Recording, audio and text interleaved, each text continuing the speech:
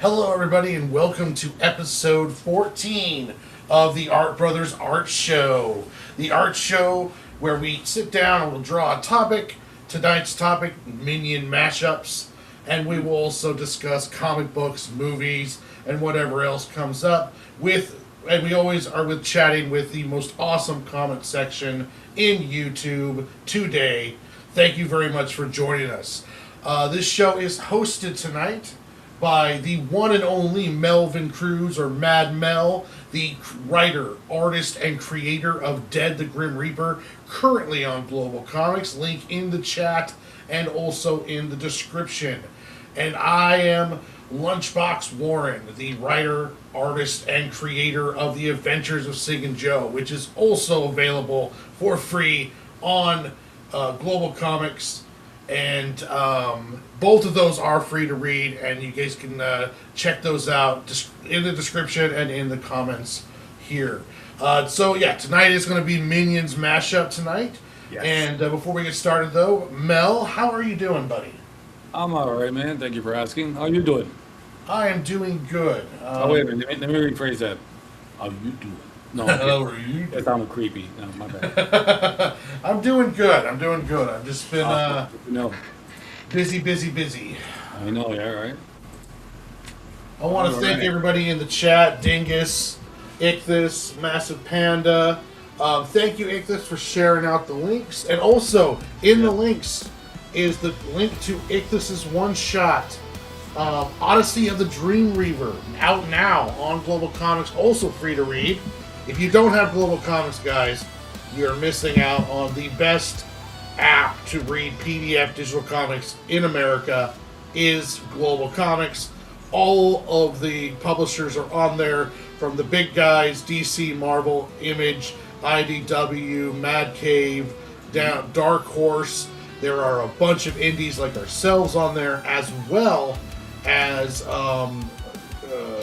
manga and indie manga. I believe Attack on Titan is on there, and a few others. And it is just the best app for $6 a month. And you get a plethora of comic books to read. Can't say enough how much I enjoy Global Comics. Oh, yeah. So, what are you mashing up today? Today, for first one, if I get to do two, I'm going to do two. But for the first one, I am going to be doing a Minion and He-Man mashup. He-Man. He-Man. Nice. And then, if I have time, I'm going to mash him up with another character. But I will announce that if I do it. Okay. Because right now I don't know if I'm going to have time, but I should, because we usually go 3 hours, so. You can do it, man. I'll be there with you. Now, who are you mashing up with? I am mashing up the Minions with Invader Zim. Invader Zim, very nice. One of my favorite animations. A lot of fun with that. A little addicted to it for a while. Now, if you guys have, as always, if you have any questions in the chat, don't be afraid to ask, and we'll get to them as soon as we see them. Anything else? Music too loud, not loud enough? Anything along those lines, just give us heads up. Yep.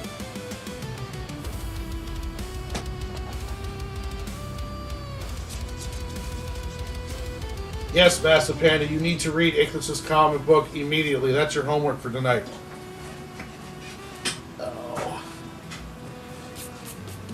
There will be a test on it tomorrow at school. Don't say that, man. I get anxiety. I hate that. Sucks so bad.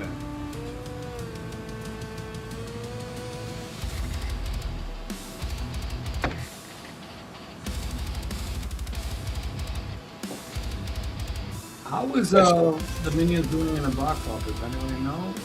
I think it's their first weekend, but I can double check that right now.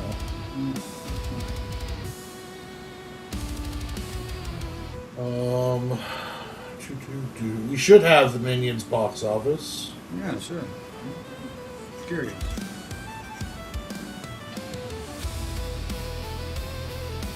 Okay, so Minions and Monsters has grossed $280 million since its release, 108 million domestically, and 171 million internationally. Hey, And it was produced on an $85 million budget, and the film is spacing towards a 400 to 450 million dollar global finish if it holds strong. hey, good mother, man. That's awesome. It's so lovable. You know what I did? I went somewhere and I had to, get some help with, ways on the app. And it said, hey, we have an option for you to use the minions to give you directions. Oh man, I had to do it. I could not do that. Yeah, it's so much fun, when you're getting to your destination, you can hear little minions talking in the background. Oh, it's hilarious. I love it. They did one like that with Batman, I told you, a couple of years ago. Oh, so cool. Couldn't they do that with Samuel Jackson too? Take a left here, mother. Oh, boy, I don't know. Yeah, so it was something like that. It was like, take a left here, motherfucker. I don't know if I'm going to take that left. I'd be all pissed off like, hey, wait, who you calling? What? I'd be like, yes, sir. All right, fine. I'd be pissed like, wait.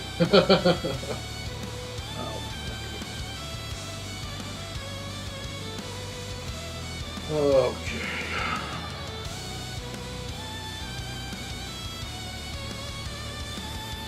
This is going to be our first matchup.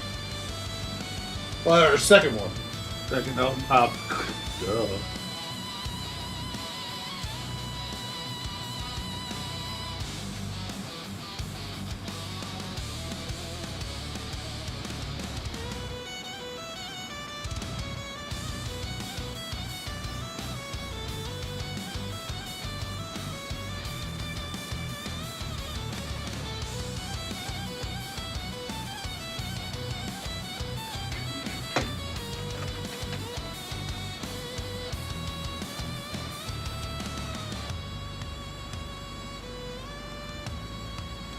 Yeah, it is going to be interesting. I'm not sure if I'm going to pull it off, but I'll give it that old college try.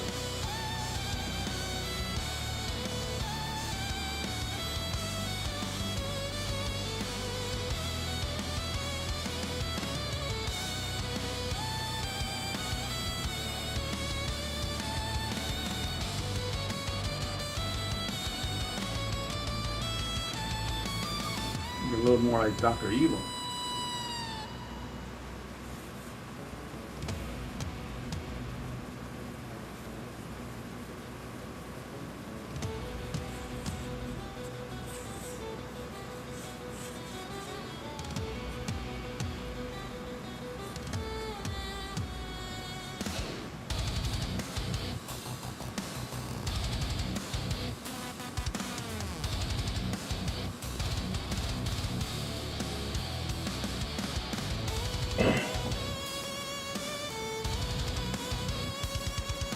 Oh, I took my nephew this weekend. We got to see Evil Dead Burn. How was it? Very gory. I was so happy. It was a lot of fun, man. I know people are trying to compare it and exaggerate, like, oh, like Evil Dead 2. No, that was very campy and very, no. A couple jokes here and there, yes. But nothing like that. I don't know why they're even doing the comparison. Some jokes, don't get me wrong, but no.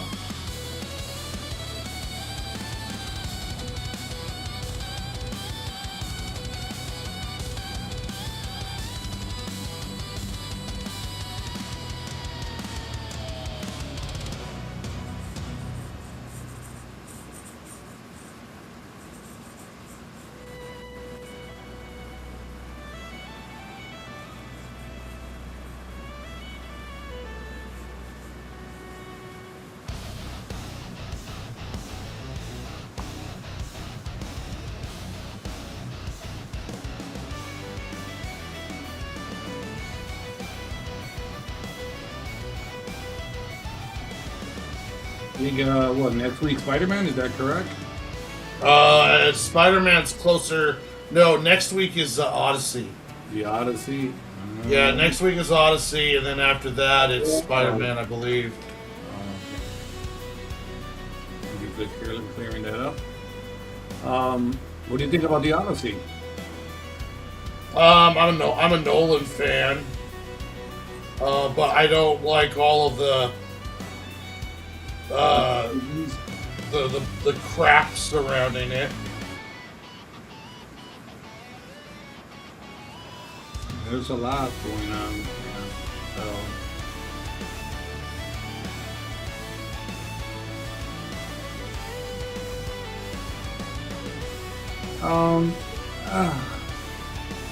Yeah. I'm not sure it's my cup of tea, so I'm gonna have to go skip on that one. I'm gonna skip on it and save my money for Spider-Man. You got that right, man. Man, that means trillion. Not that we're biased or anything, of course, Spider-Man. Yes, we are.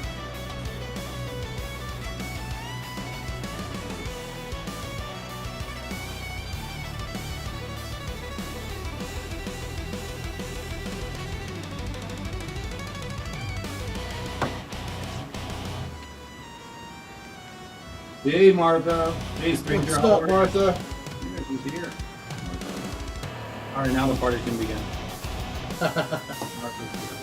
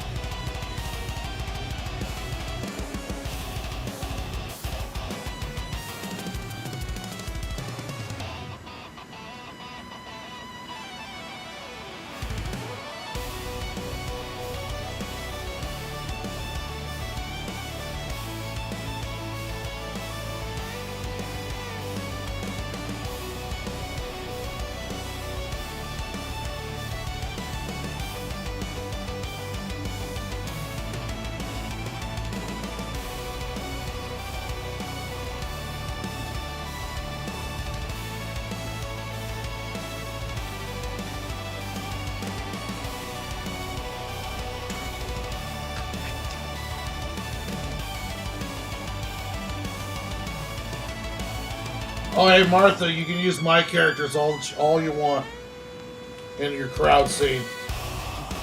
You're more than welcome to.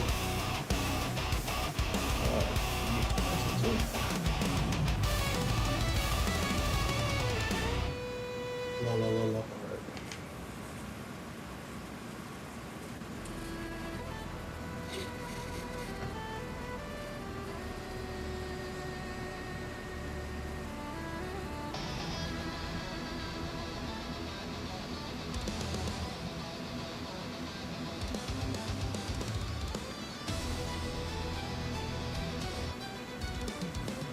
I will say this about the Odyssey.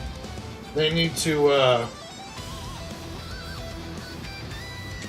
get a better trailer editor.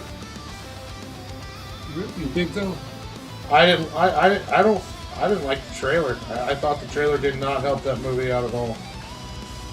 Yeah, the trailer has to give you that. Oh, I gotta see this.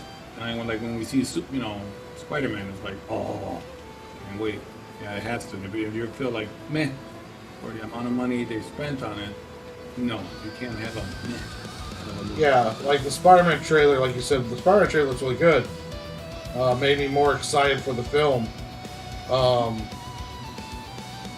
but the Odyssey trailer did not excite me at all. No, I concur.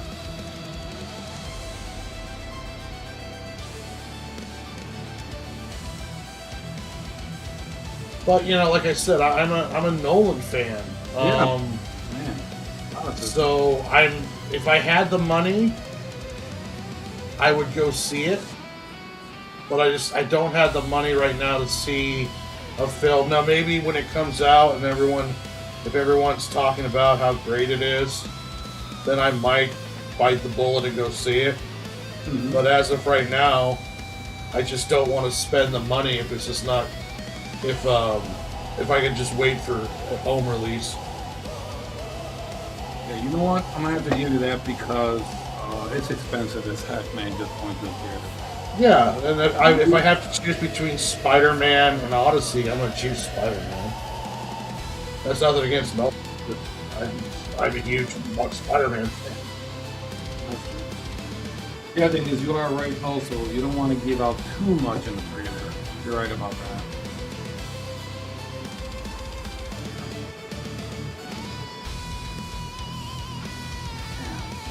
Always do this.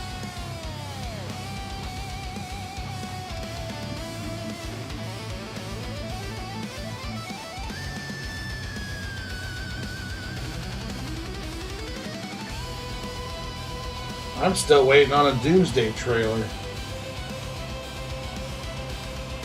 Yeah, you know what? You are right. Where it is coming up, where you should be having kind of a trailer coming out right about now, like already in July. So I imagine shortly after Spider-Man's release, if not with Spider-Man, because you don't want to release a trailer and ruin the hype for another character's movie. true. So I can see why they've been waiting, but I wouldn't be. I would be surprised if we don't see one. A few weeks after, or if it's not with the Spider-Man movie. Oh, that would be perfect. I bet. Wait a minute. Yeah, I would be very surprised if it wasn't with Spider-Man. Good marketing idea. Maybe D2. I would like to see a released one. I mean, I get waiting for Spider-Man if that's the reason why. It's just the movie's coming up in December. It's probably one of the more important films that Marvel has ever done when it comes to salvaging their reputation, and they're getting people jazzed about the new Marvel. Mm-hmm. So, but at the same time, like I said, I do understand if you wanted to wait until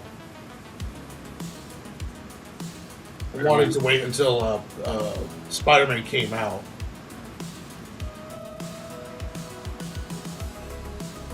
That makes complete sense. Yep.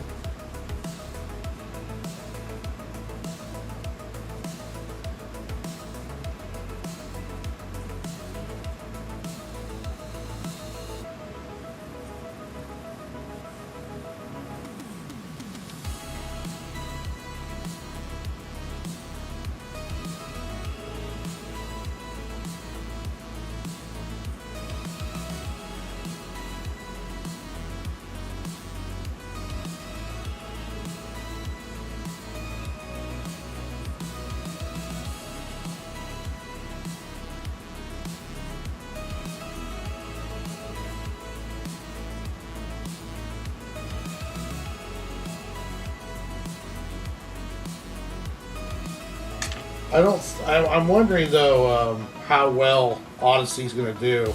I know. Yeah. Because it doesn't have any competition until the last weekend of June. So it's going to have a full week and another full second full weekend in order to have to make money before Spider-Man comes out. So it has a really good release window time. I just don't know how well it's going to be received. Yeah, with all the controversies, it's what we're gonna find out very soon. But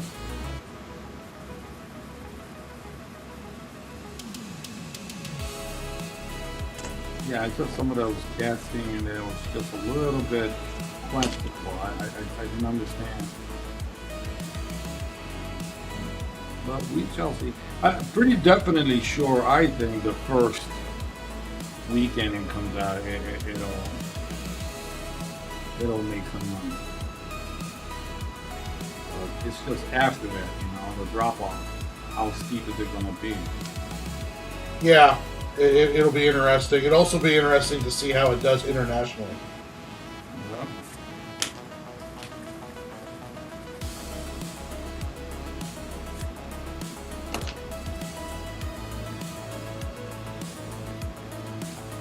I mean, it's from what I've been reading, it's not going to do well in Greece.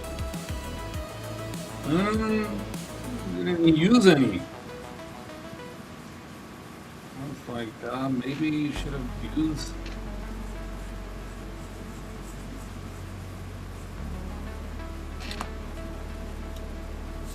I don't know, I'm just saying.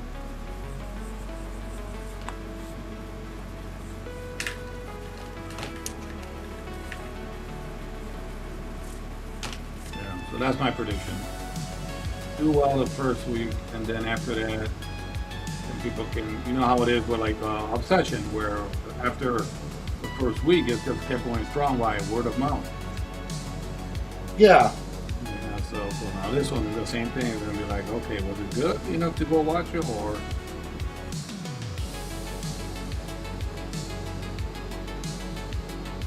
Let's see.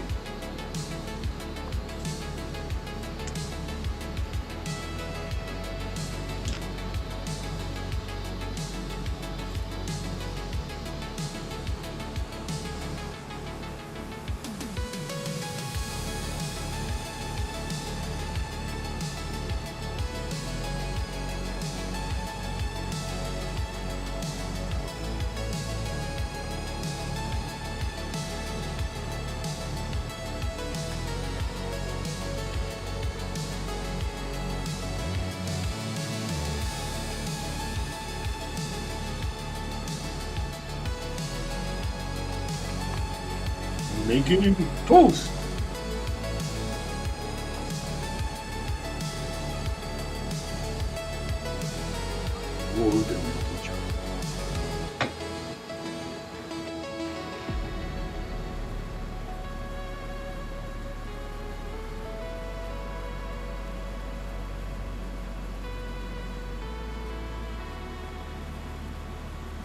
E23,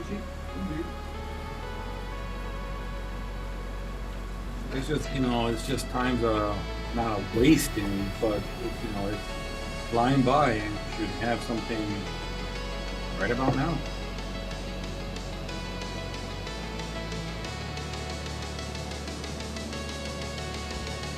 Honestly, I would be shocked if there isn't a Doomsday trailer with Spider-Man. Yeah, the perfect time. Look at it right here.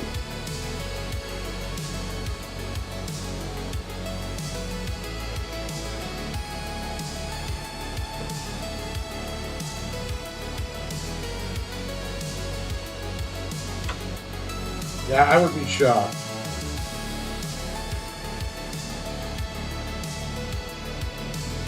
He just hire you, like, hey, marketing. Warren, how should we market this?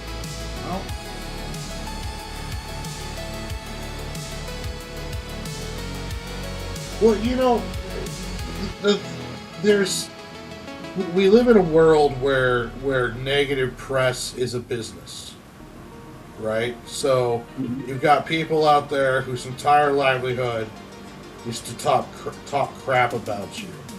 We've already got a situation where Disney does not have the strongest faith of their. They lost a lot of faith of their fan base, and this film is a big time Hail Mary kind of film. You know, it's you know, we really need to come out here with our best foot forward and put on an event movie. It needs to be an event film that people are gonna, you know, I need to go see this in theaters. I've been waiting for this. We need to build hype for this movie. And we're not getting set releases. We're not getting costume pictures. We're not getting featurettes. We're not getting any kind of build up in the movies beforehand. And it's just like, are like, okay, you know, guys, I you know, I get we're working on a deal here, but it's like, you know, you guys really need to do good. You really need to market this thing, and it's it's really like right now it's just not happening. And I want to have faith in your guys' product, but right now the negative voices are essentially going out there and saying all sorts of crazy rumors, and they're saying all this crazy crap, and we've got to swim through all of this stuff because we're not getting anything from the directors. We're not getting anything from interviews of the actors. We're not getting any kind of featurettes, any kind of releases. We're not getting anything. So the only noise we get to hear is the negative noise. And then we get these guys coming out and saying stuff like the Russos are having a difficult time coming up with a final edit of the movie. There's horrific fights on set. There's all of this stuff that could just be 100% garbage. But yet, we're not hearing anything from Disney. No one's coming out and saying, no, that's not true. No one's coming out and saying, oh, everything's fine. Here, check out this stuff here. Hey, guys, check out this here. Check out this scene. Check out this costume. You know, and it's just like, okay, it's getting hard to defend this movie and being excited for it if you guys aren't going to give us anything. Now that might all change after Spider-Man comes out. That it could just be all balls to the wall at that point, you know, which very well could be what they're waiting on. Is they're waiting on Spider-Man to come out so that way they don't take away from the Spider-Man hype. How can you take away from that hype? No, that's true too. I mean, they got a Spider-Man movie that's going to have Savage Hulk in it, and we still haven't quite heard. You know, I mean, we're just now getting like these tidbits and getting us excited for Spider-Man, but it feels like the oh, thank you, Martha. It feels like even on Spider-Man there was a little bit of a delay on promotion.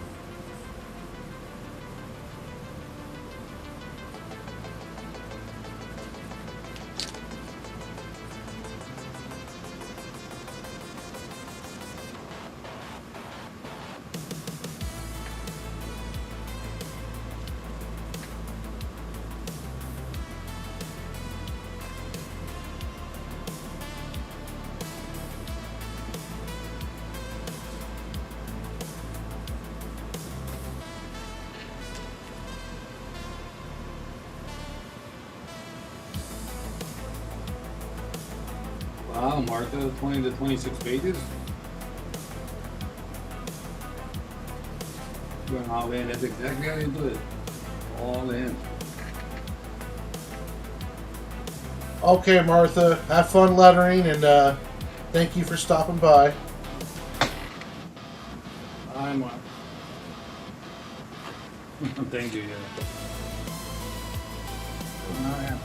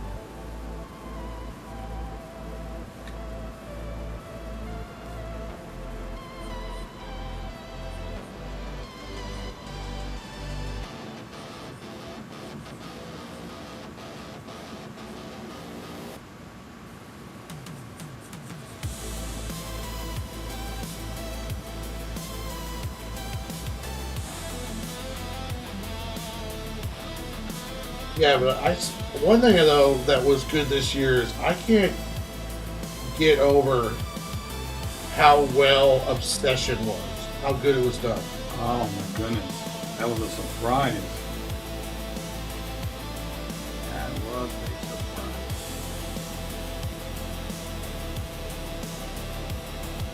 She's been in a few things herself, but this was her. Yeah, she played. Yeah, she did a few things there. She was in that CW Superman show. Yeah. She and a couple other things. Yeah. But just how smart that movie was. Yes. If you think about it, he was the actual villain. To do something like that. Oh yeah, 100%. 100%. Bear was the villain. Yeah. But you know, crazy. It's like what I like about it is that one of the many things I like about it was like the One Wish Willow. I don't think it's evil. No, it's the wilder. I think it's the wish. Yeah, I mean, it's like his wish essentially took away her free will. Yeah. And that caused her to go insane in her mind. And that was crazy. Like I was thinking about too. Imagine if his wish was, I wish I was more confident talking to girls. Can you imagine that? Yeah.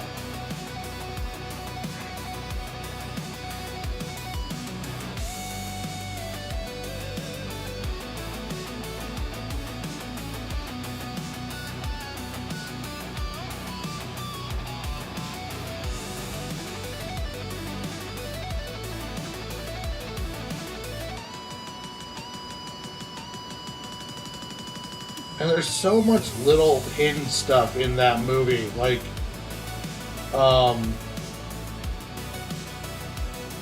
the shop owner. Hey, what's up, Christine? The shop owner was originally a woman, and then when he goes back to the shop, there's a dude there, and there's a pretty good chance that when he says, "You already used my wish," did he wish himself to become a man? Hey. Like, was that female shop owner? All right. Did she wish herself into becoming a man? At the end scene when he comes into the house, on the TV playing is a video of Bear sleeping. that she recorded. Yeah, it's phenomenal. It's made one of the best movies of the year. I think it's the top 5. Yeah, I mean, you could watch it multiple times and find something new each time. Interesting.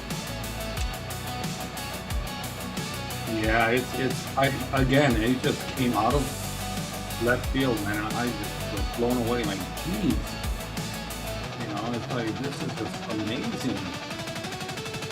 Acting, everything.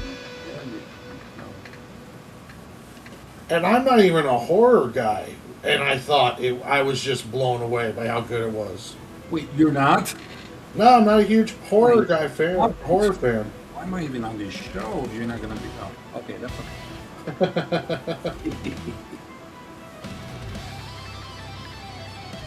Yeah, like I said, it was all around everything. See, that's what when things are just very successful like that, when just absolutely everything works. The trailer alone, I was like, ooh, I want to see this one.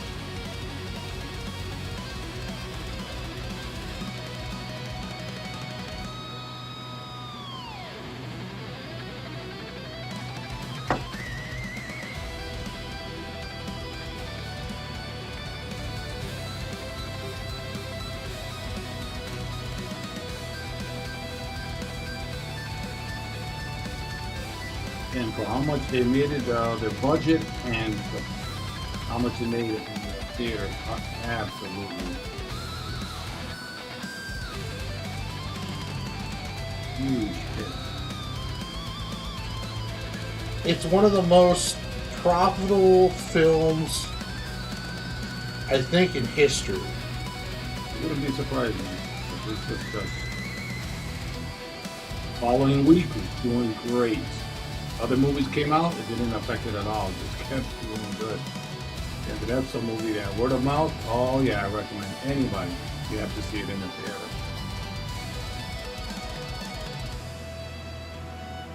You're getting a little anxiety right after a while. You're like, geez, girl. I don't know, just do something. He ain't all that. We are, right, Lauren? We are.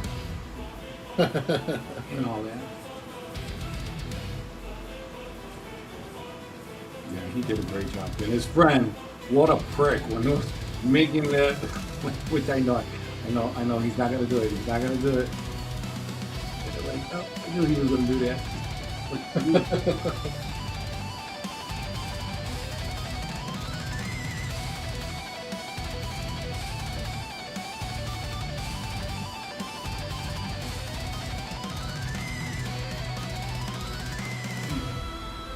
Yeah, and the Sarah girl wanted him bad. Oh man, just the little things when he's talking with his friend in the store, and you see her in the background, she's like blurred out, but you can see she's directly looking at him, and she hasn't moved. And like just little things like that, like this is brilliant. Nice. Yeah.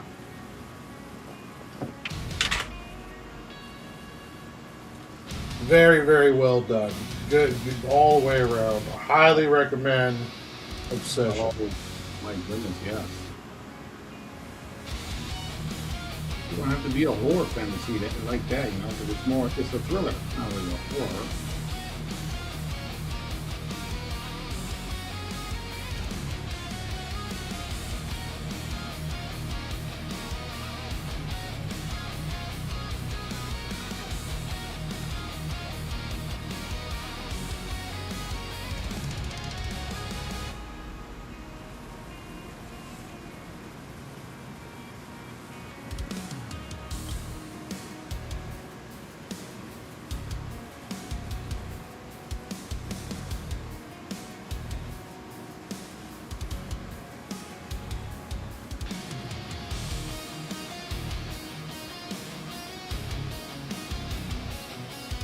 Backdoors did pretty good too. Yeah, I haven't watched Backwoods yet, or Backrooms yet. I mean, Lauren, do we have to have a talk like before we get on the show? No, it was done very well.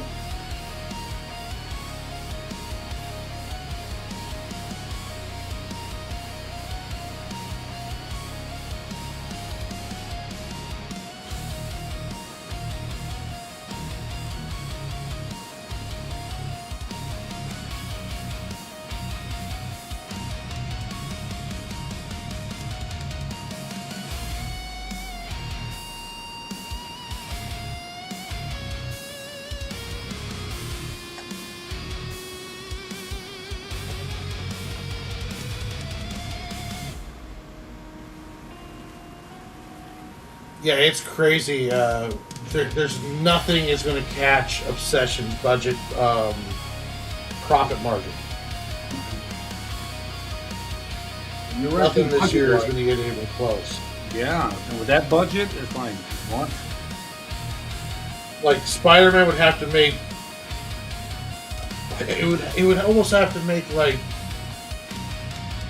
percentage wise, like percentage of budget to profit. Or to box office, it would have to be like $3 trillion to get close to the percentage that Obsession is. Obsession was $750,000 to $401 million at the box office. Sick. That'd be bonus for everybody. Everybody get a bonus, damn it. Jeez.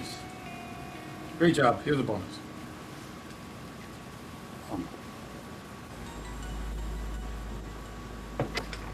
Yeah, crikey. I thought.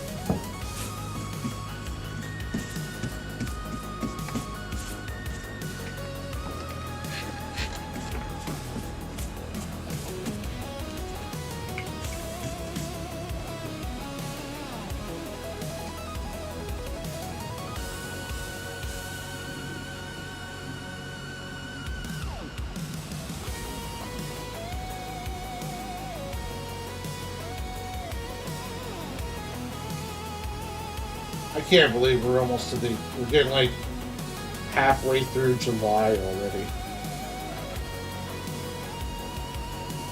You can't? Like it's hard. No, I mean, good lord.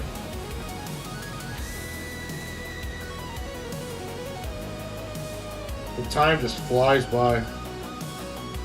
You're having fun. You're having fun. Oh yeah.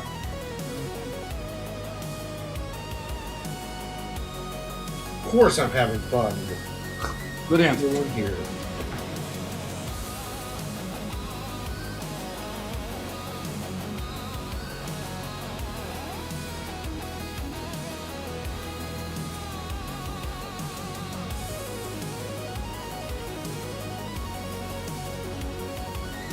We were talking about before stream. You know, I thought I was going to be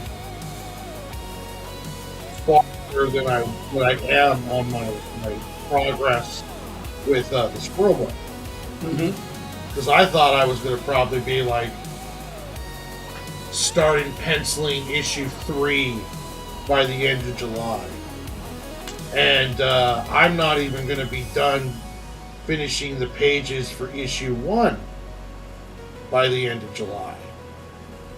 And at first I was kind of like upset with myself. I was like, what the hell happened? And then I really thought about it, and it was like, well, I'm putting out so much stuff right now that I'm essentially working as best that I can, and I need to be realistic about my goals and just realize that, hey, sure, it's not happening as fast as you want, but it's not like I'm slouching, you know.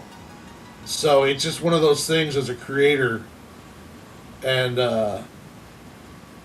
you know, where you think you're going to be farther than you are, you get excited, and then you get into the work, and it's just not, you know, it's just not going to happen. And then you have to look at, okay, well, is it me? Am I not, can I put more time into it? Am I being, you know, am I slacking off somewhere? And then you can kind of look at yourself and say, no, it's just going to take longer than you think, you know. Yeah, I thought I was going to be, you know, like, all right, I'm going to be done by this time, and oh, no, I'm not. You know? And that's okay. But at least I had like a deadline, you know, where rather than, I'll just fart around it. No, at least I gave myself a deadline.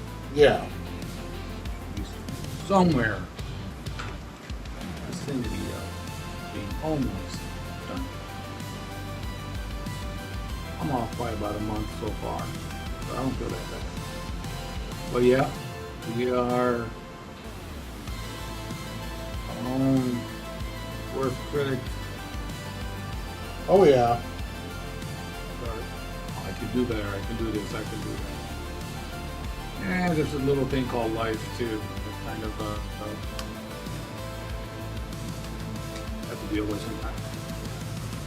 Yeah, as of right now, it's looking like I'll finish issue 1, lettered and gray toned, probably by the end of August. And then I'll jump into issue 2, and I'll probably have issue 2 done. Because issue 1's gonna, if I finish issue 1 in August, it'll take me 3.5 months. That's pencils to lettered finish. For 41 pages.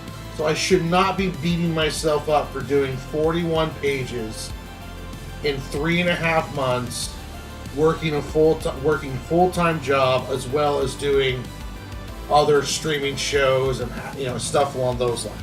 So with my schedule, I'm still putting out 41 pages from nothing until lettered in about 3.5 months. So I can't beat myself up over that. No. And as I've always said, madness.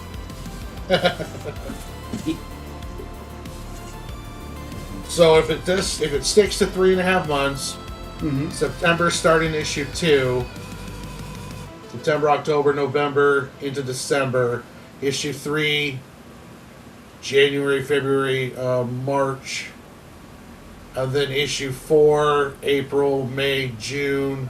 So around this time next year, I should be finishing up. Yeah. I give myself that 1 year.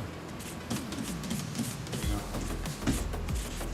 know. Not easy, right? When you got to do all the work yourself. Not easy. No, it's not easy, you know.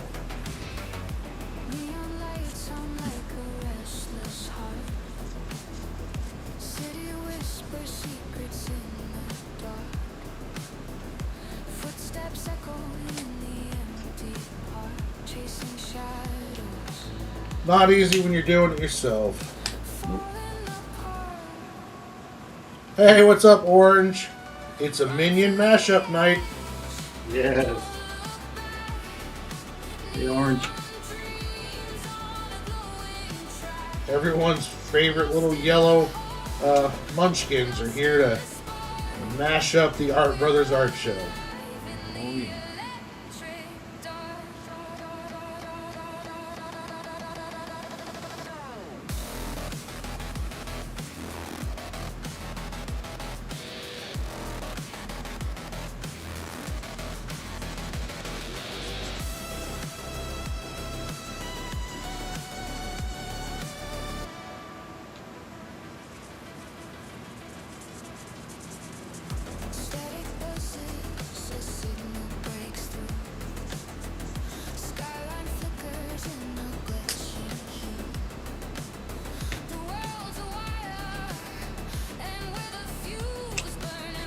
But that's why I've been even heavily more considering,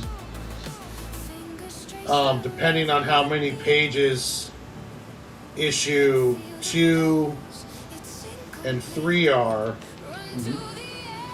I may turn one graphic novel into a part 1, part 2. Okay. See that? So if I get 3 done, and 3 is a good stopping point or a good break point, then I will do a How the Squirrels Save Longview Part 1 graphic novel. Yeah, and you can test the waters with it. Yeah. That'll give me something to promote and sell while I'm working on 4, 5, and 6. Yeah, 'cause you can gauge it and see, like, okay, if people like it, or Yeah. all right, go then. You there, Rob?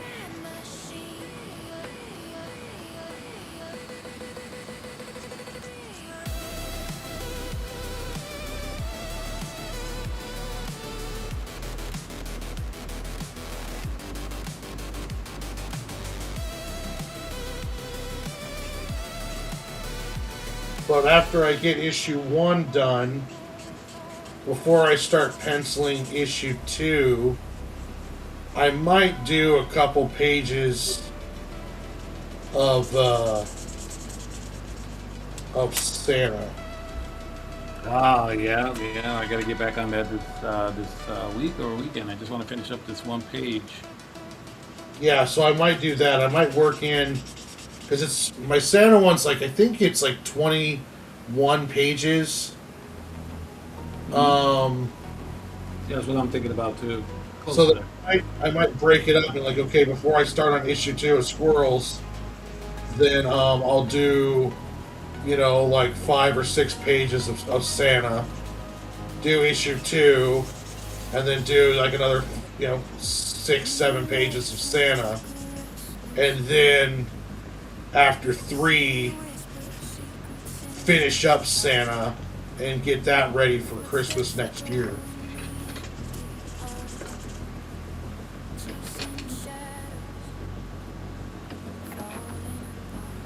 I got Gerard there, baby. Right over here. He's stepping on his feet. So he's right there. One-eyed Gerard. I don't know, man. Okay, so you went with Gru, and then Zib's or the kid's dad. Yeah. There's Gur. You made Gur into a minion. Yeah, Gerard, one-eyed Gerard minion. Nice. Got the little pig snuck in there and Gaz in the background there. So, what? I don't know. Yes, not. Okay.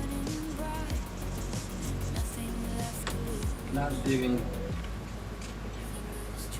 Zoom.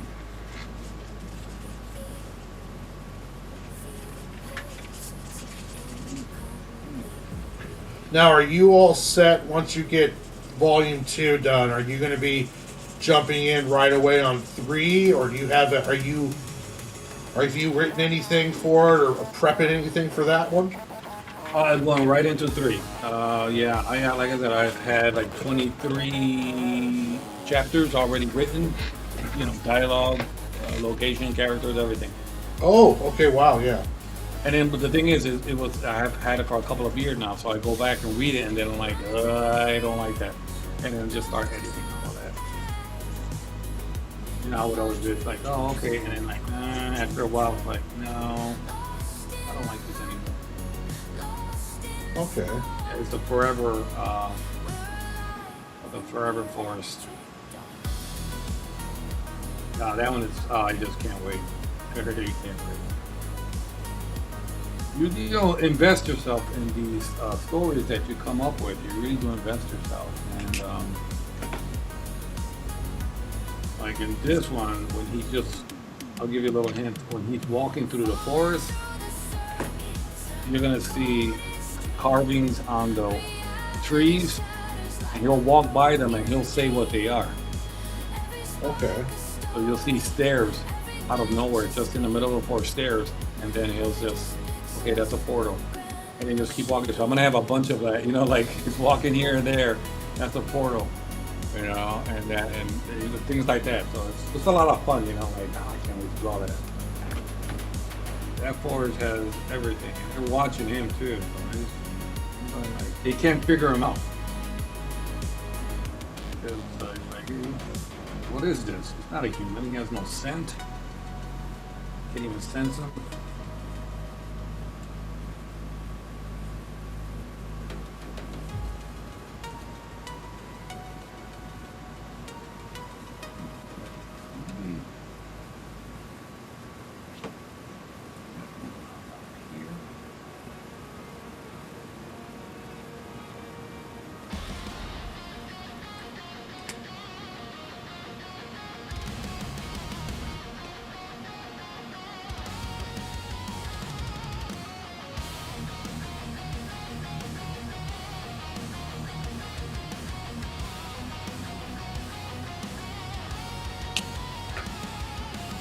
Yeah, so I'm jumping right into it. Keep going. Then I push myself as in, at the end of the year, I should have X amount of pages done.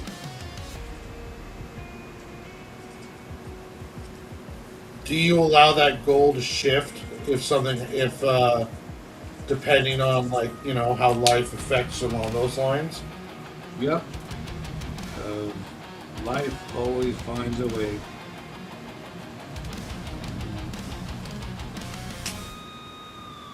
Yeah, and, you know, at least you get a ballpark figure of, okay, you know what? I mean, I'm very close to my goal, so I feel kind of proud of that. So like right now, I'm like, you know what? I got some PTO time. I feel like taking some time, you know, off.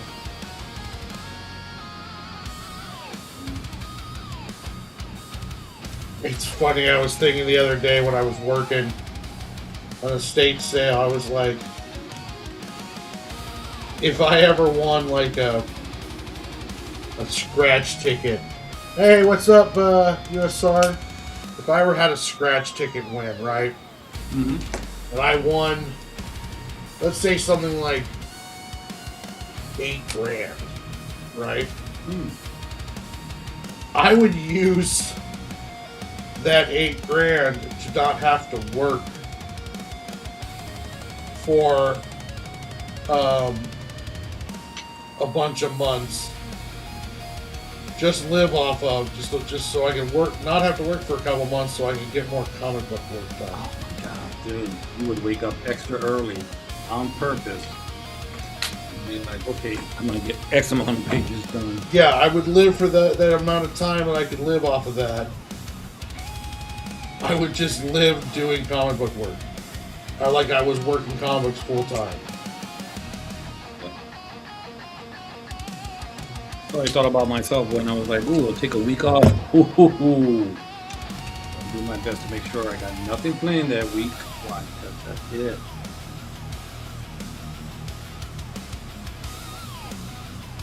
I'm thinking.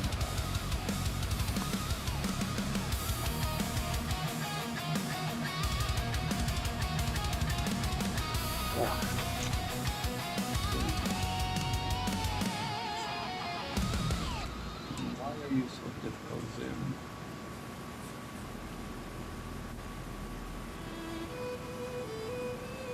Don't laugh at me. It ain't fun. No, I'm laughing at it's I was just thinking about Orange says he would 8 grand would almost buy him the PC he wants to build, and I was just thinking about how the prices of building a PC and how crazy they've gotten. Yeah.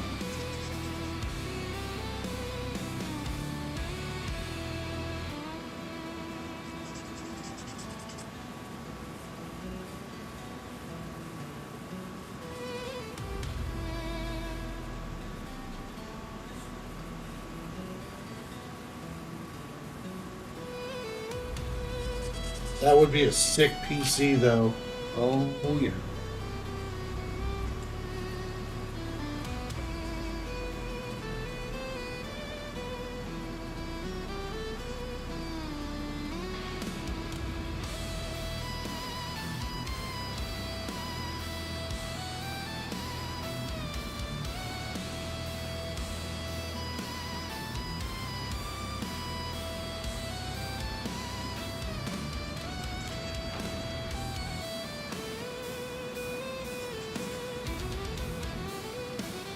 I was acting a fool as always at work, and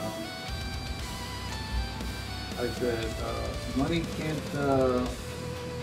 buy you happiness, but it can buy you comic books. And I hesitated, and I put, and tacos. Tacos and comic books.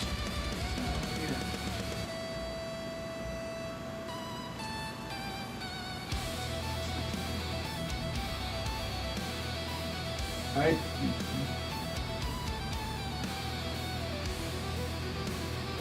Orange says he'd also buy drugs. That's how I would make more comic books, is with the pound of cocaine I would buy. Now that's gonna be a hell of a marathon stream, kids.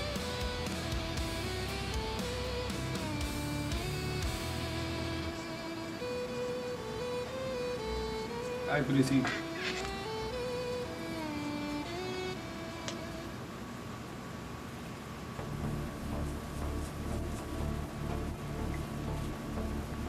Yeah, we're gonna have to do something special for your release. Oh, thank you. Huh? Had to do something for yours when these squirrels come out to the world. Oh yeah, we'll do something for that. But I want to do something special for yours too. Are you saying I'm special? Yes, you are special. You're special to me. Mm.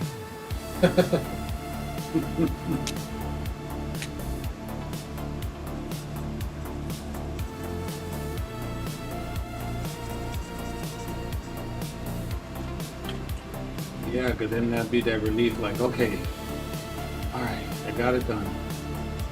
I know myself. Like, all right, let's go. Let's go. That's fine.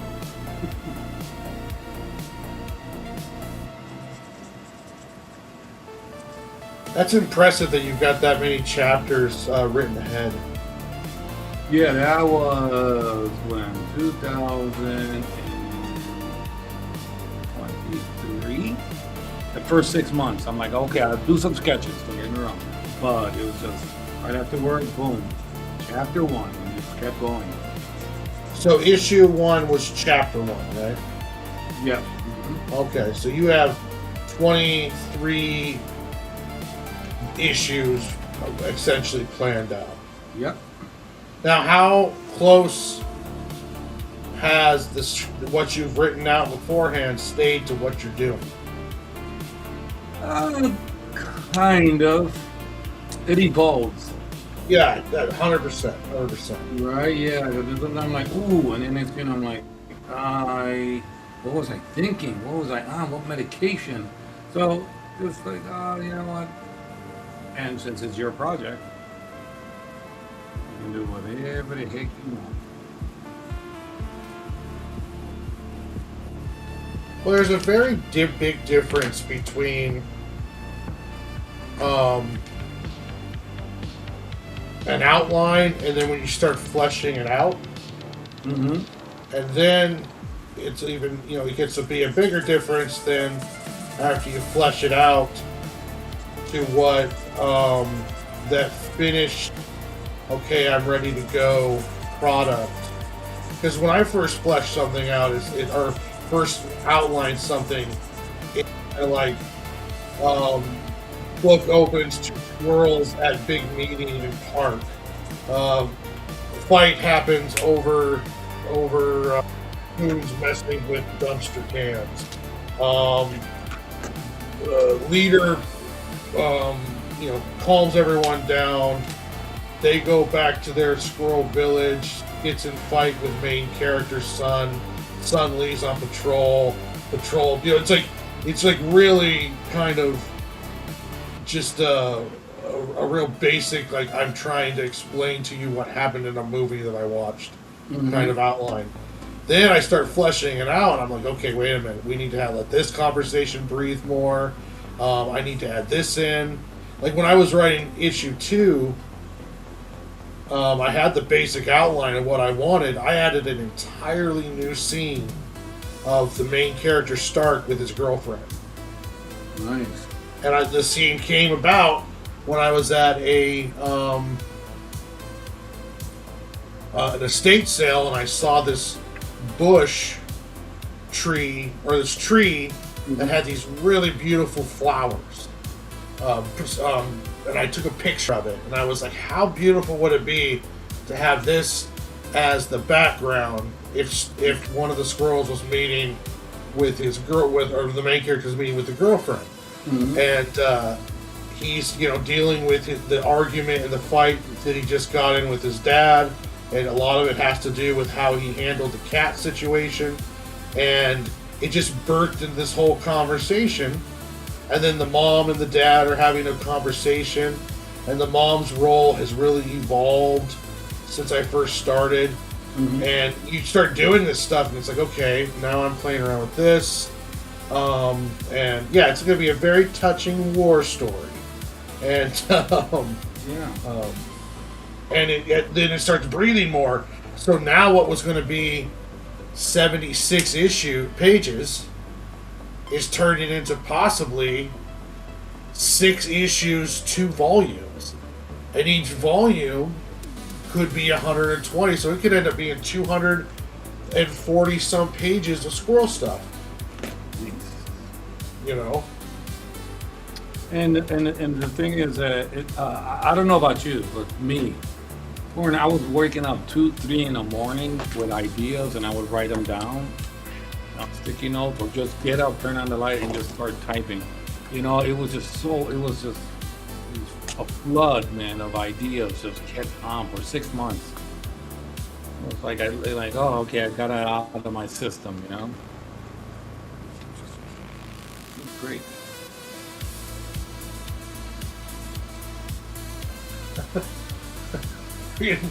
Orange busted nuts, a Longview side story. I think Orange wanted me to put one of the squirrels has to say it's nut busting time. Ew. I don't know about that one, buddy.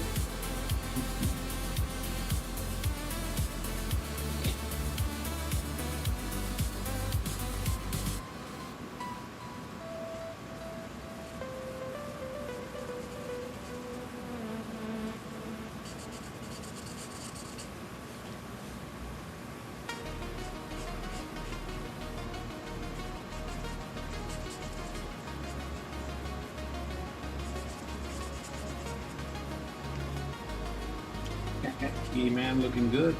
Oh, thank you, sir. I like how you got the whole group shot going on, 11 by 17. Now who's the madman? Well, I have my dad in my name. I got that from him. Contagious.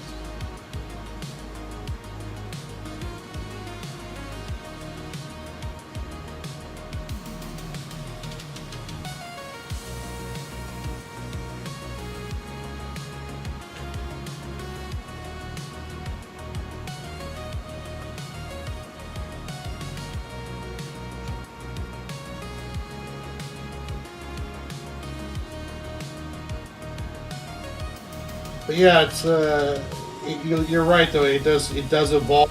It grows. And, I love it. Then after a while, you sit back and be like, I did this? yeah. Hmm.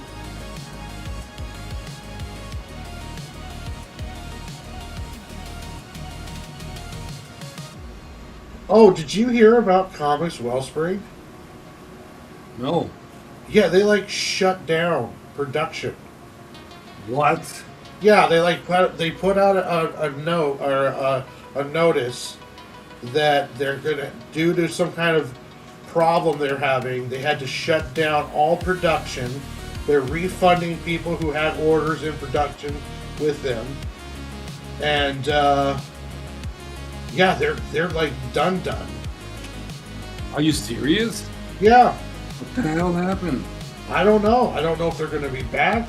I don't know if it's temporary. I don't know what the hell happened, but it was. I saw the notice that they put out, and I don't know what in the hell happened. Wow. So I'm gonna have to shop around for a whole new printer. Oh, I guess we both are. I've got friends who use Mixum, Yeah, I've heard of them. and I believe it was I saw. I think it was Nicholas Mueller, and he does a lot of good work, and he puts out a good book. I think he says he uses Comic Impressions. I don't think I've heard of that one. Neither have I, so I gotta check them out. But yeah, I was shocked. I never. I mean, I know people were complaining because, like, Comics Wellspring made it so that if you want their Kickstarter discount, they need to be able to put their logo on your cover. So your logo would have a stamp somewhere that says a Comics Wellspring stamp on it. Oh.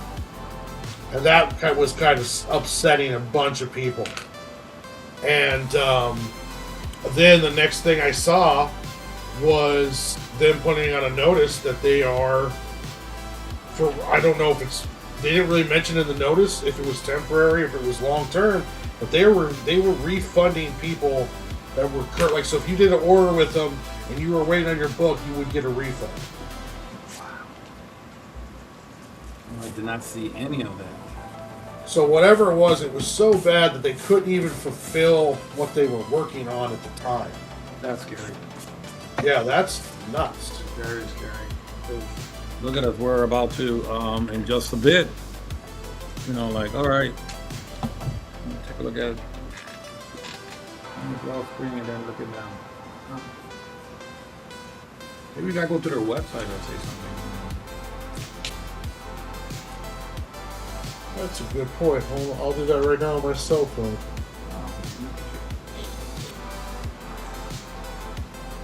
You're right, woman.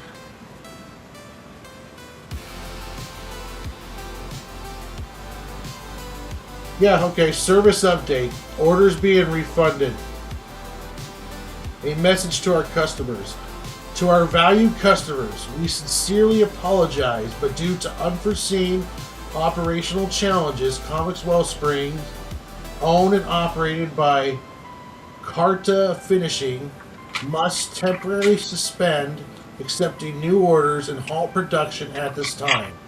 Any orders that have not been completed will be fully refunded. Our team will be reaching out to affected customers. Additional information in the future. Over the past week, we have been working with the original founders of Comic Wellspring, Greco Printing, to remove the previous non-compete restrictions that prevented them from printing comic books. As a result, they have once again been able to provide comic printing services.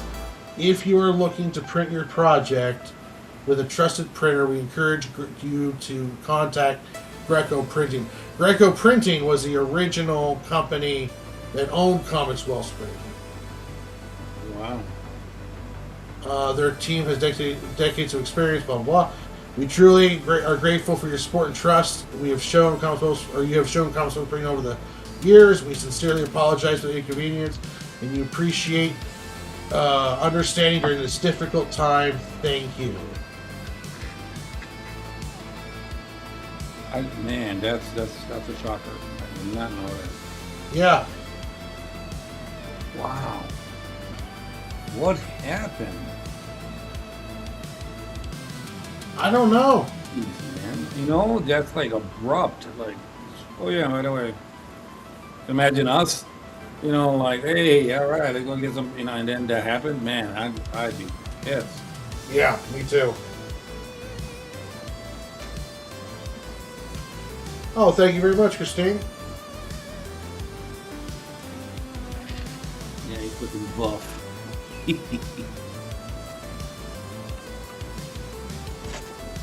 You're taking them away so quick, man. Took them away. Man.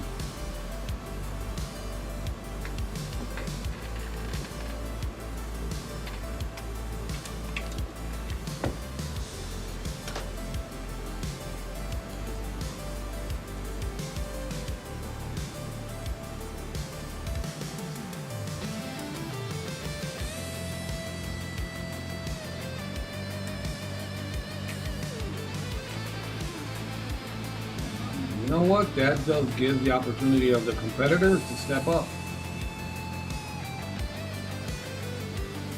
Yeah, it does. Yeah, like, hey, for a discount, come over here. What? Hold up. Wait a minute.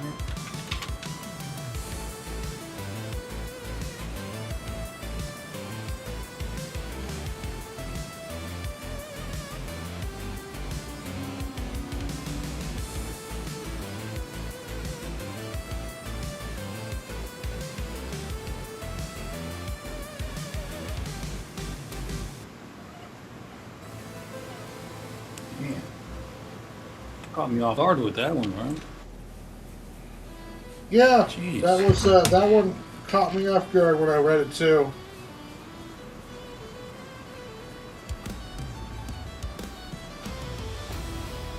What are the other ones that I was looking? I got a list somewhere. I was looking into. I don't know. For some reason, I was like, I like Comic Wellspring, but never printed a little too dark for me, so that was didn't care about that. I'm like, all right, you know what? I'll be a stinker and look at.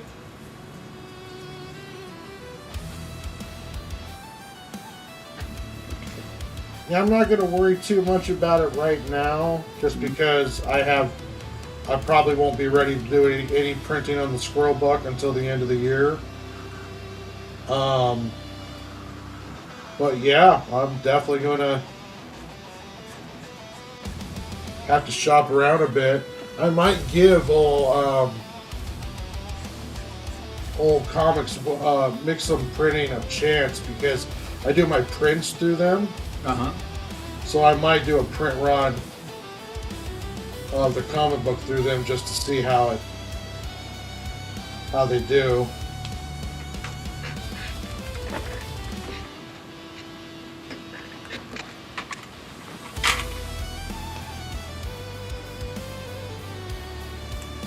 Well, I'm coming up soon to finish this, get it, my editor to look at it, and then, all right, let's start printing, you know, so I'm almost there.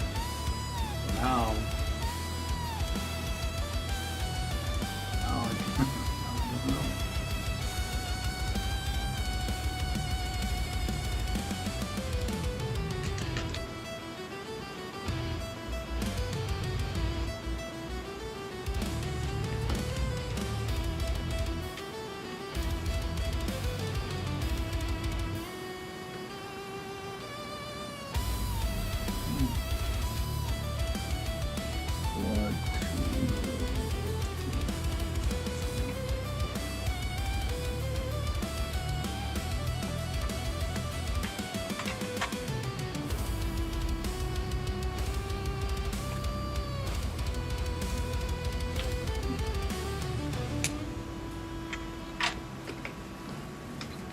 Batman.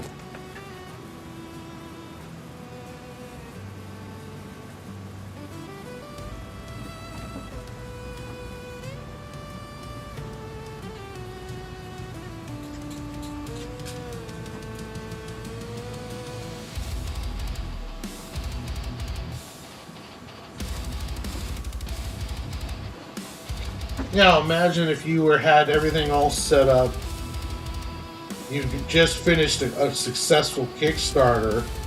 You got your money, Oh and man. then you're running a print run through Comics Wellspring, and then 2 weeks before you're supposed to get it, boom!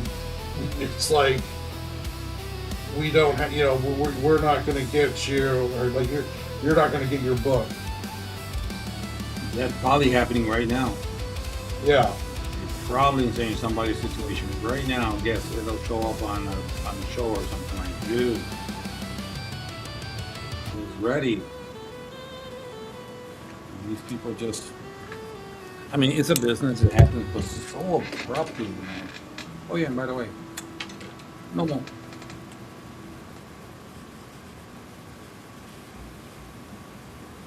So now it's good, one of these other companies to maybe buy them out or something, and it's like, hey, got all the equipment that we can use. Got some staff members that can probably keep their job.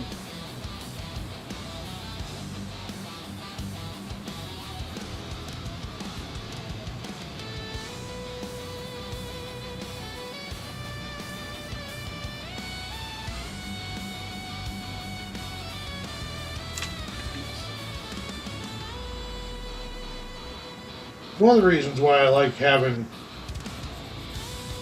at least some level of a print run done before I even start my Kickstarter.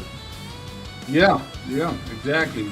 I don't know why don't they do that, right? People would do the opposite. Well, I mean, money. Some people's entire comic book would not get made unless the Kickstarter goes through. So they're doing it, essentially, the book's not even made. Like, they'll do like 5 sample pages. And then they'll run the Kickstarter to pay for the rest of it. Kind of risky.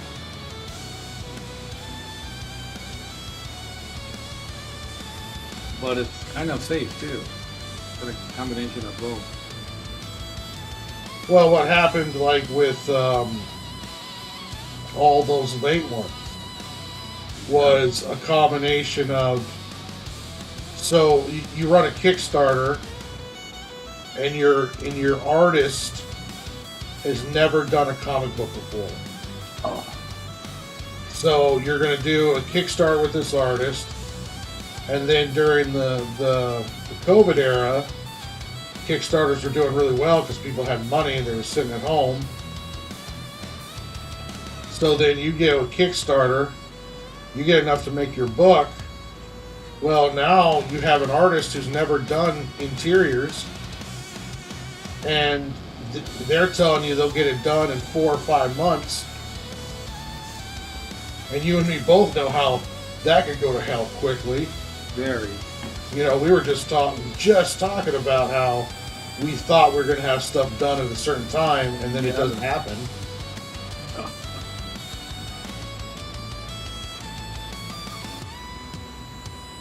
Yeah, I've heard stories too of artists just bailing on them, and I'm like, oh, dude, how can you do that? Well, you get in over your head. Oh, and the artist, like one guy said, he ghosted me. This was my friend. I'm like, oh, he just ghosted me, man. I'm like, dude, we were buddies. Oh, it happens for multiple reasons. Mm-hmm. You get in over your head. You are ashamed that you're not going to get the project done in time, so you turn around and you just ghost them because you don't know what else to say or do about it. Not, let's say, the right way to handle it, but that's just how some people would handle it. Heck, I got ghosted over politics. Oh yeah, yeah. Tell me about that. So it just happens, Mm-hmm. Also too, like I forgot who I was talking to with it. I think I was talking on one of the live streams. You want to talk about living off of your work, right? Well, you have to ask yourself, how much would it take me to survive? Like, how much do I need a year to survive, or how much do I need a month to survive? Let's say you need $4,000 a month to live, and not lose like your house or anything, or your bill or your roof over your head. Mm-hmm. Well, you do a Kickstarter. You do a $10,000 Kickstarter, and then that's not $10,000 to survive and live off of. That's 60% of that 10,000 is going to go to fulfillment. So right off the bat, you've got to spend. You're spending money on fulfillment, and then, so in order to survive, you have to make enough money to fulfill your book, and then make whatever you need for your monthly while you make the book. So if it's going to take you 6 months to finish the book, then you need to make, and it's cost you $4,000 a month to survive, then you're going to need $24,000 just to survive for 6 months, and then you're also going to need money to fulfill the book. So you're talking, you're gonna need like an $80,000 Kickstarter, probably $60,000 Kickstarter to fulfill and live for 6 months while you finish your book. Who can command something like that? I don't know. Think Mother Era, or who do you think you are? Like, Yeah. I mean, jeez, bro.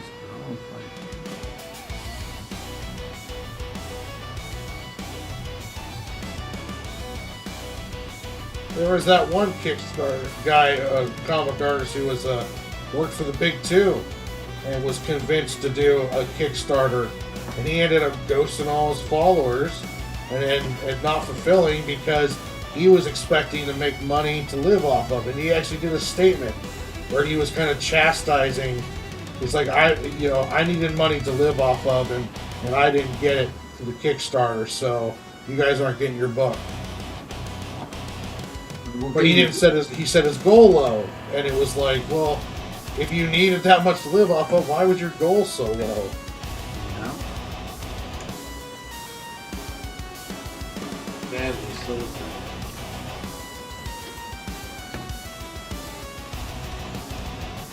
That is so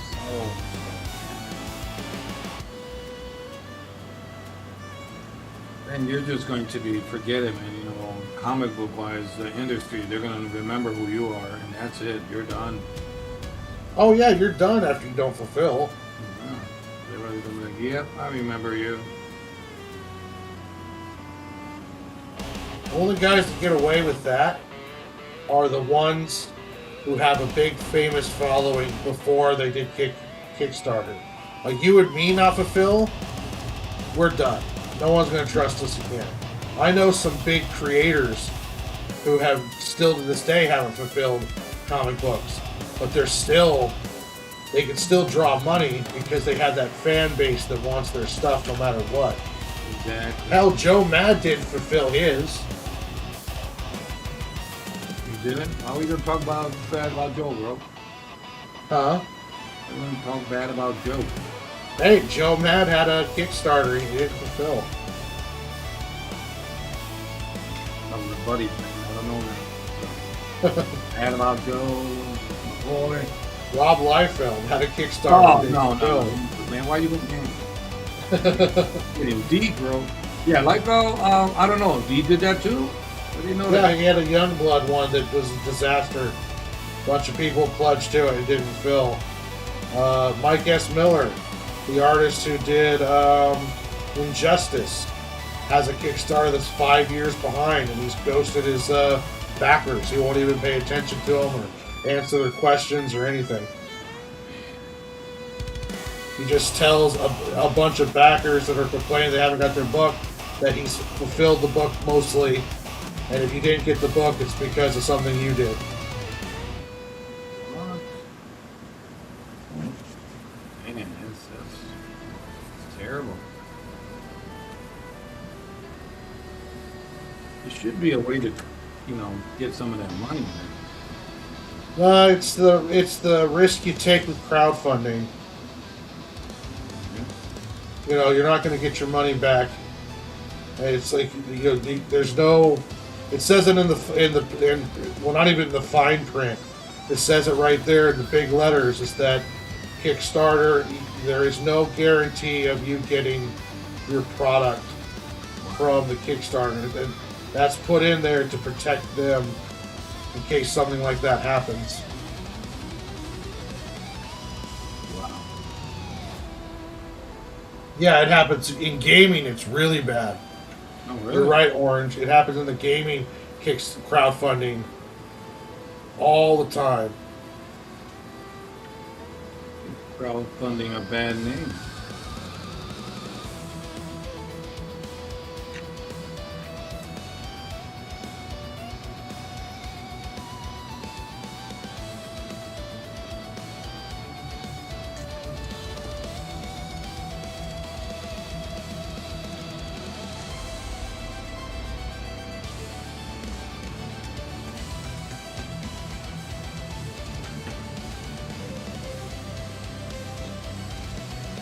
You gotta say it.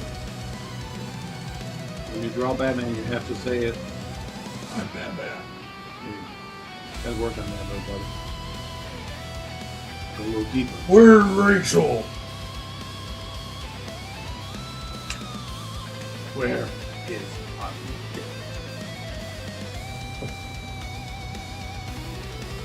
I had a skit like that once with the Joker. Any years ago when it came out. Yeah. Well, his car. I had a whole skit of. You know how I got so bald? He was talking about my dad, took some shaving cream, put it on my head, and start shaving. Oh, it's so hairy. It was hilarious, man. It's like, okay, people are like, do it again, man, we'll do it. Nah, no more.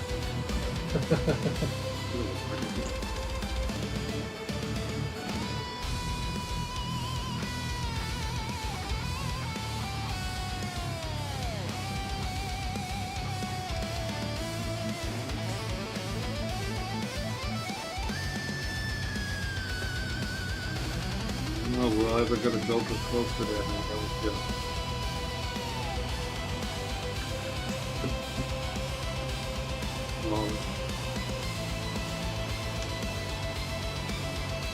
I think we will. We just have to get a director and writer who's ballsy enough to not just copy what he did. True. That part where he was like, "You must be Rachel," They said that they were supposed to cut it, but he kept on, and she's looking over like at Nolan like, "Hey, cut." Then he comes and he starts talking to her and grabs her face and everything. That was all real. Yeah. I'm like, holy crap! That's one of the best things about filming is sometimes they'll just go off the script, and he's like, keep filming, keep filming, and next thing you know, everybody gets into it, and you're like, oh, and it just comes out amazing.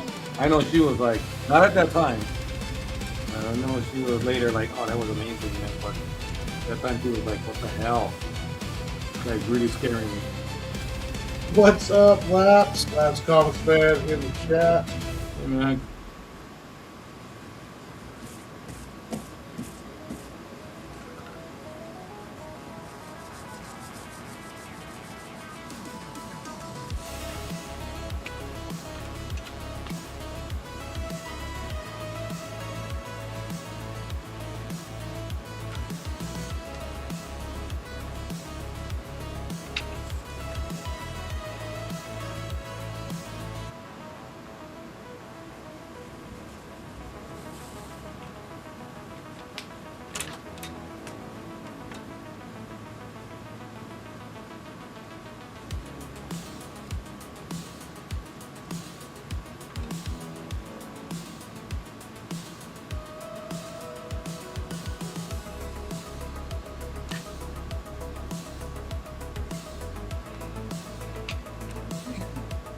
you know, it's one of the complaints I had about the new Batman, or the Batman,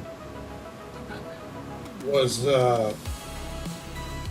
with the Nolan trilogy, we got this realistic Batman. Okay, cool. And then Matt Reeves comes along and creates, I guess, a more realistic Batman. And even his Joker is scarred. And I was just like, just seems so unoriginal to me. It's like, why is everyone praising this Batman when this is just what Christopher Nolan did, except he's just doing it even more realistic than what Christopher Nolan did. And he even has a scarred Joker. And I'm just like, okay, like, why is every Joker now going to be scarred? Or is all our Batmans going to be realistic Batman? Like, if Zack Snyder didn't come along and create Batfleck, it would have been like just nothing but this whole run of realistic Batman. And people were praising, and I was just kind of like, well, that's just what Nolan did. Why are we praising this as original when all he's doing is just what Nolan did on steroids? I have to admit, yeah, when they showed that last part, the ending there, the ending credits where they showed the Joker, I got excited for half a second. I'm like, wait a minute, those are scars? I'm like, I don't think I like it. I don't like the scars. So.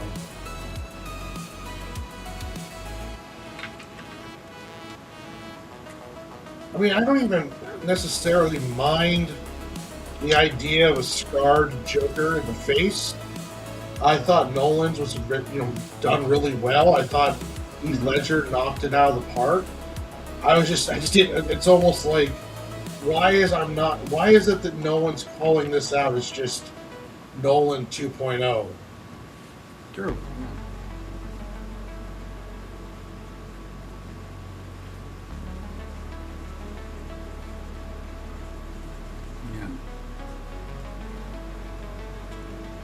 But it's going to be, somebody's going to have to sit down and say, okay, let's not do this.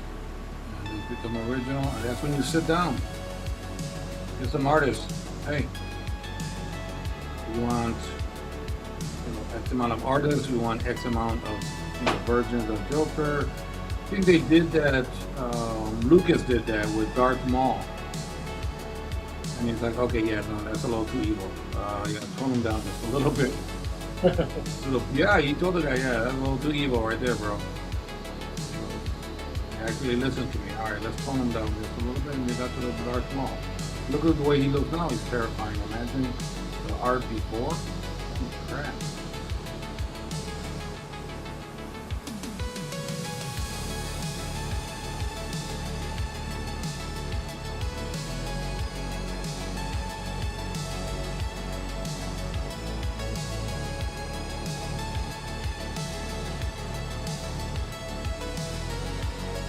Yeah, I'd have to agree with that. Laps, 100%. Because you're right, the movie was okay. Don't get me wrong, it was entertaining, and I thought it was even better after Penguin came out. But I was just kind of like, this is just the same thing Nolan did. I don't understand. People are acting like this is new. Like, this is, wow, you really did a realistic Batman. Yeah, that's what we just had for 3 movies. Realistic Batman.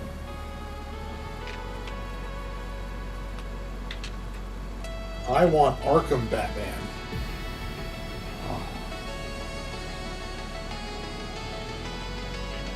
Rumors about another Arkham game. I'm like, oh. That's all I did, Orange. You just talk to,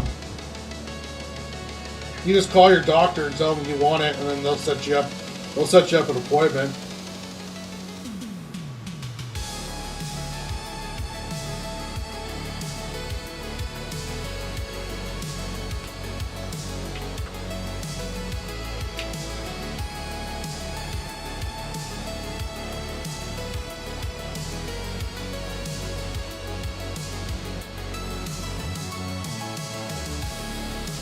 Not really. I mean, you'll be down for a couple weeks because of the pain, because of the the healing time. So you'll be sore. You know, it'll definitely be sore for a couple weeks, but it's not bad.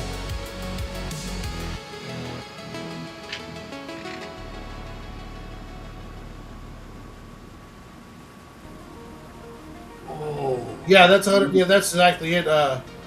That's exactly it, Laps. Like his Gotham was better, and he was just Nolan 1.5. It wasn't like he was creating anything new with Batman.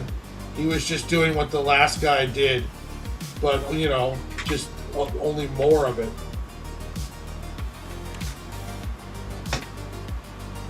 But you got a great idea. Absolute minions. that's what I'm doing right now. Kinda. Absolute invaders in too.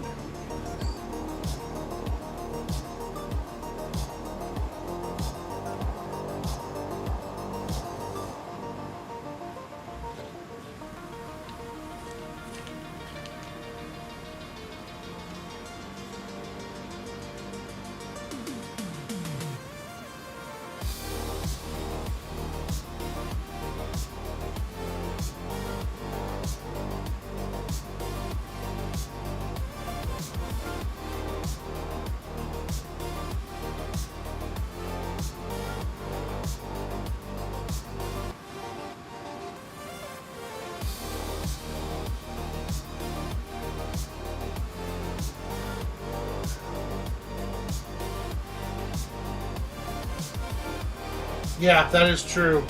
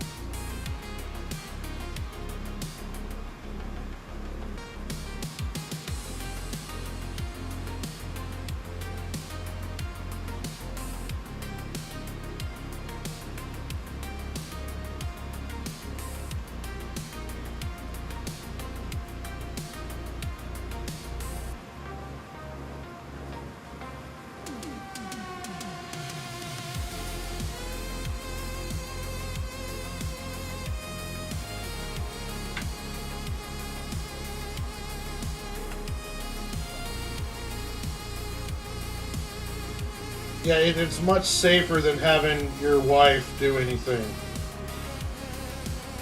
It's a vasectomy for a guy is like just you go in and you're out in and out one day.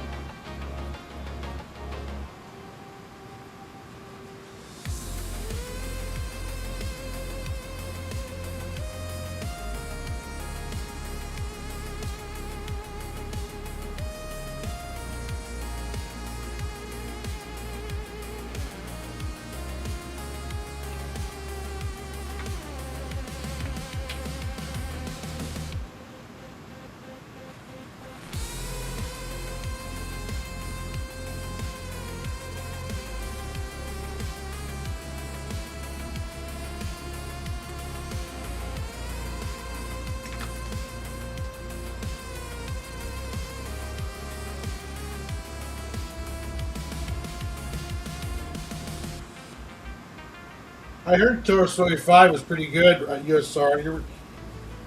So I think you're in for a treat.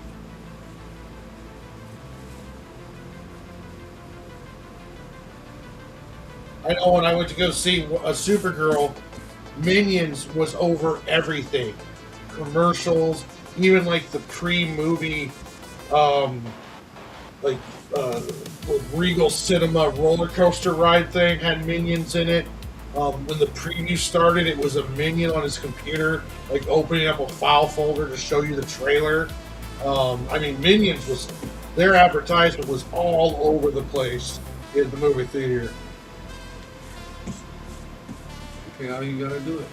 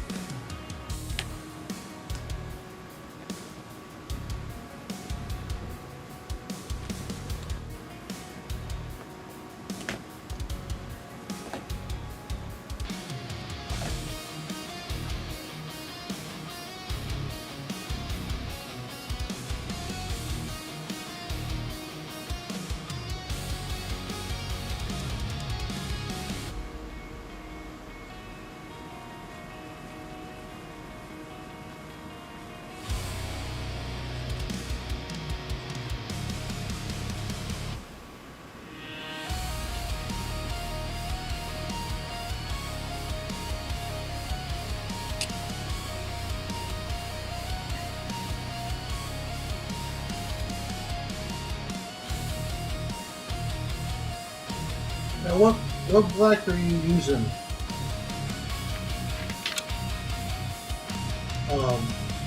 Mad Mel, what black are you just using? A regular black, or do you have that pen, the Pentel?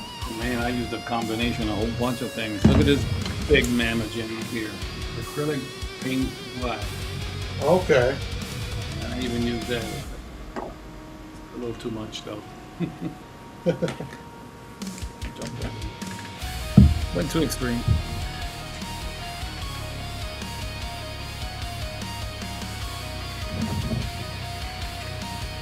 That one look at me, man.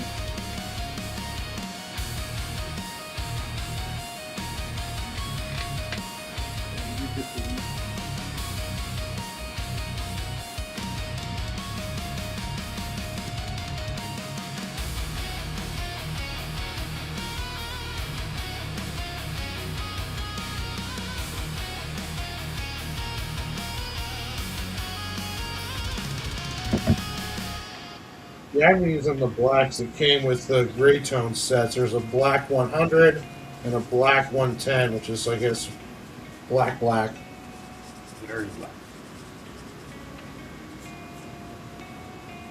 I like to try that out just to see how it looks. Back in the day, before I discovered these kind of markers, I'd use like Sharpies and stuff, but the Sharpies were never as black as like the microns. They were more of a lighter, like a almost like a, I don't know, would you say a bluish black, or the Sharpies never got that hardcore black. Yeah, that's true. No, why not?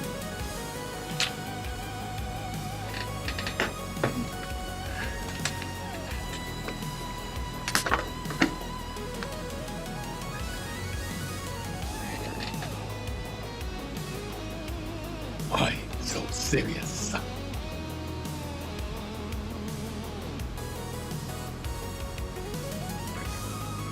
We gotta do more mashups. How's that?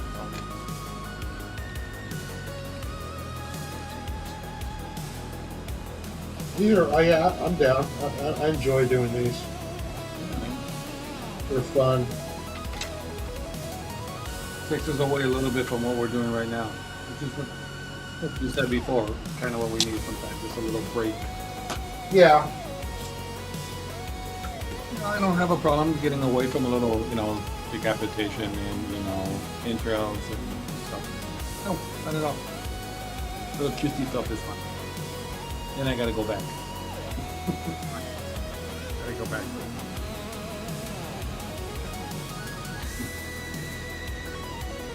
My next horror movie, what is it? I think I got one that's come, Resident Evil. Oh yeah, Resident Evil's coming up. Not what's coming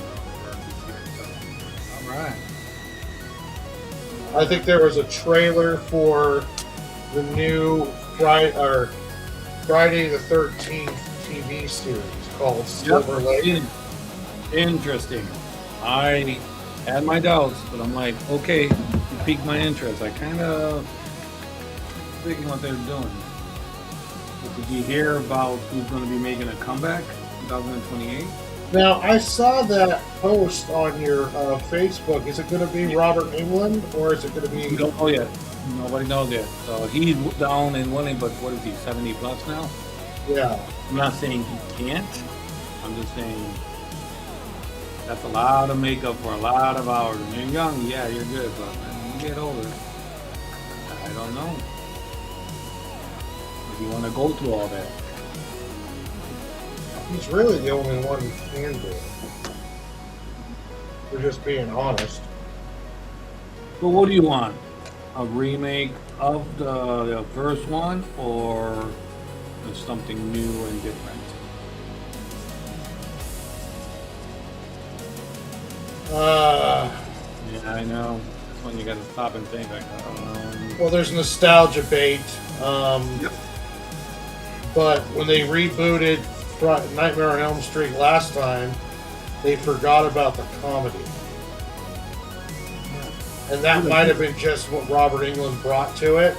That they needed someone who was going to be able to to do a little bit more out there than just being a scary monster guy. You need to be, I guess, not necessarily funny, but you need to have some kind of something more to you than just being scary.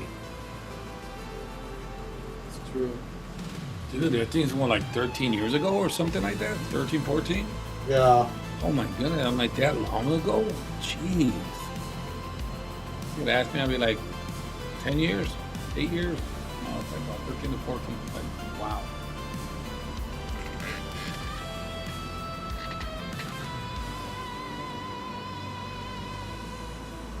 I don't know, man. Since he's done the makeup and everything, you can get somebody. You know, these are this is opportunities for them to sit down, just like we're talking about with the Joker, where okay, we've done the Scar Joker, all that. Just come up with something fresh, something different, and just get people involved. You know, like all right, what do you think? And with England, you can get somebody that's a no-name actor because he's all in makeup. You might get away with that. Yeah. Because what I'm wondering with England, is it going to be too campy, and is it just not going to work? Mm-hmm. Yeah, that's another blend that of horror and campiness. You gotta. Because it's not necessarily they were trying to be campy back in the day, but that was a different kind of filmmaking back in the day than what we're doing now. So it's just kind of like, can you pull it off with those kind of characters? And I'm wondering if you can anymore. Like Evil Dead went way far away from what the source material was. Oh yeah. And it works because you can't copy or create Bruce Campbell. No. And you really can't copy or create Robert Englund. I think you'd have a better chance with a Jason movie than you would be trying to capture, I don't know if you want to call it the magic of a Friday the 13th. And that's, and they weren't even able to do that with Jason that well. But I think it would be easier with Jason than it would be with Freddy Krueger. Because Freddy Krueger was Robert Englund, Like, could you make another Evil Dead with Ash without Bruce Campbell playing Ash? It's true. You could never do Army of Darkness and make that work. Maybe, I think we were talking about maybe try to do instead of doing where the person gets sent back in time, just do a medieval Evil Dead, where they're dealing with the Necronomicon in a medieval time period with knights. You might be able to pull that off. Yeah. That might be cool. But you're not going to be able to do what they did with the chainsaw hand and Bruce Campbell and the boomstick and all that stuff without Bruce Campbell,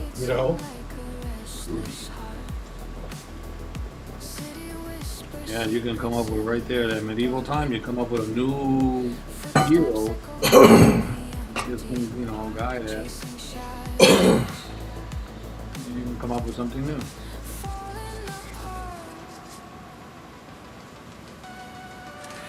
Yeah, they never explored that.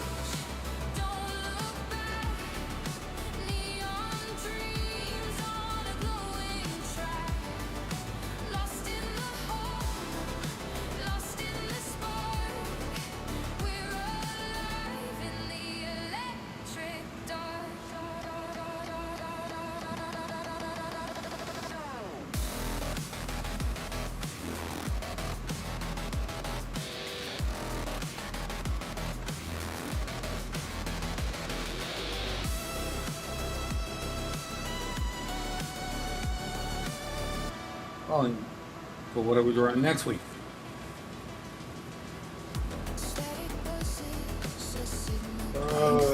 Good question.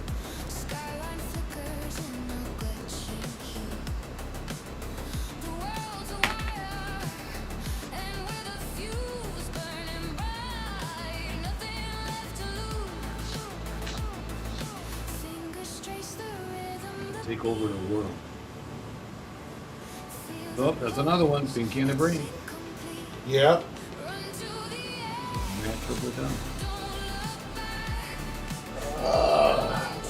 What else could we do?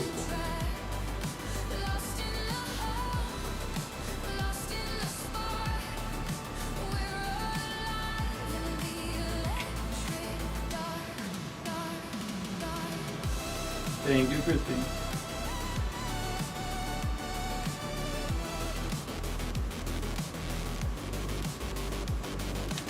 Army at 19. I was Army at 18, and I never did get married, so I never got divorced.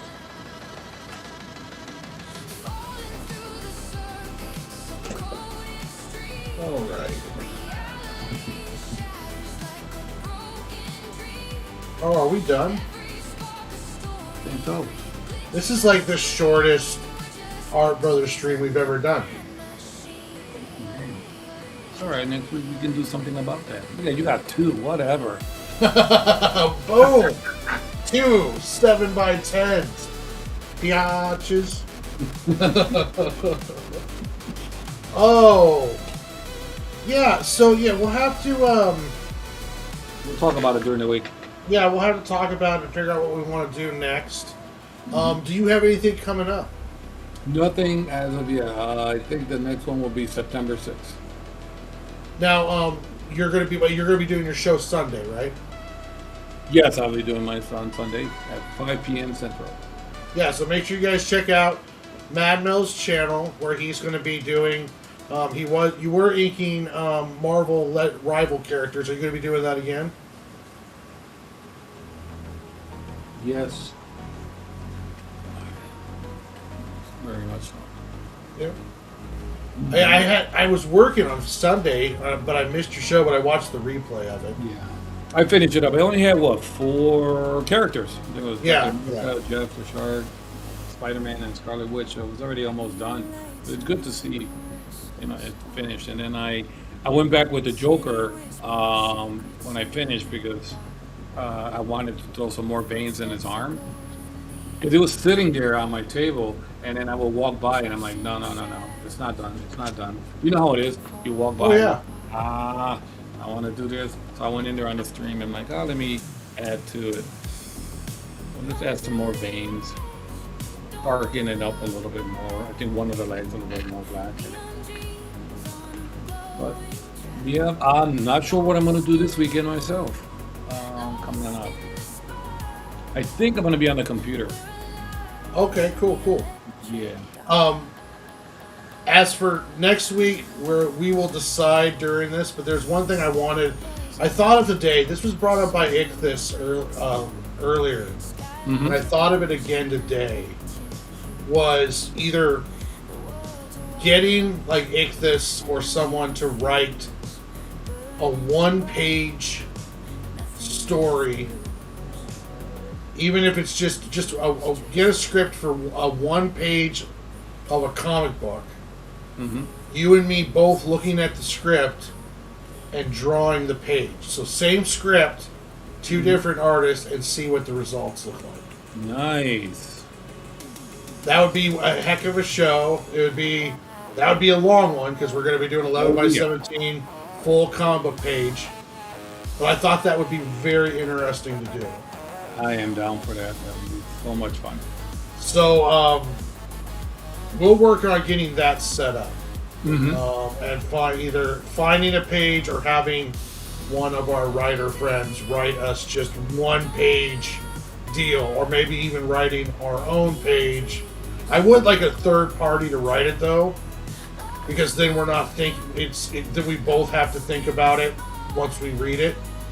Exactly. If you write it, you already have something in mind. If I write it, I'm visioning something. So it'd be cool to have a third party write it. Just 1-page script.